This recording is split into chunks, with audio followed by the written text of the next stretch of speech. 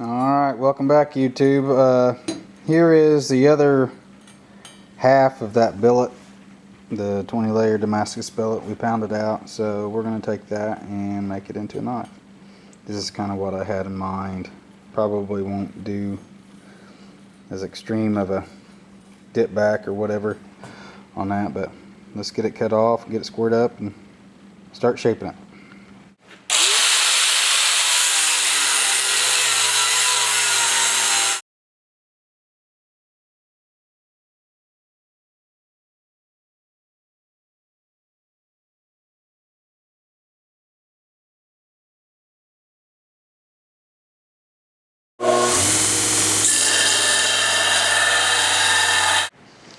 Alright guys, so I got the rough shape ground in and blued it up, marked out where my bevel's going to be. It's hard to see. You can see a line going through there. I usually don't go that far back, but this is a thicker blade. It's 1/4 inch thick. So if I want it to get it sharp, I got to bring my bevels farther back. And I marked the center line of that blade, so I know where to bring my point to. Let's get out.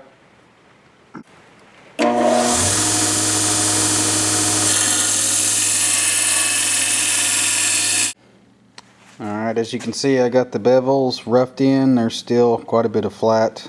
I don't know, I say quite a bit, probably 10 thousandths flat, maybe 15 thousandths of an inch flat. I don't know what that is in metric because I'm an American, but I'm getting ready to drill holes for my pins, and then we'll be ready to heat treat.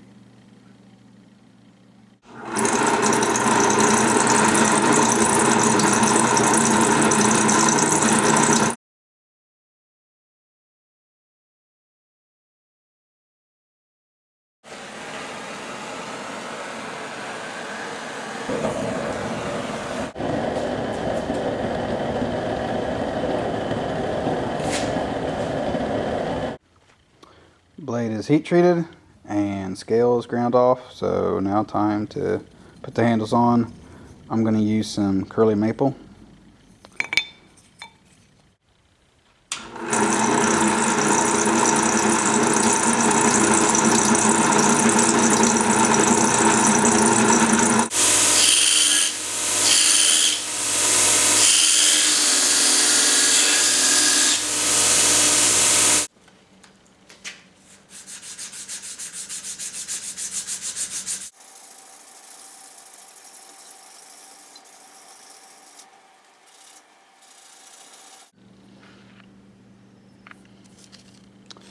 Alright guys, one thing that I didn't mention, I should have, is I have to have these handles finished before I etch this, because after I etch this I'm not going to be able to sand along the spine or anything. It'll take away my pattern. So I'm sorry I didn't mention this earlier, but we have to have these handles done, then we're going to etch this, and then we will set the pins and use epoxy. Okay, so here's the blade after it has been etched, and I used white vinegar. If you guys got any questions on that, I have a video showing how to do that. Now all that's left is to put a handle on it.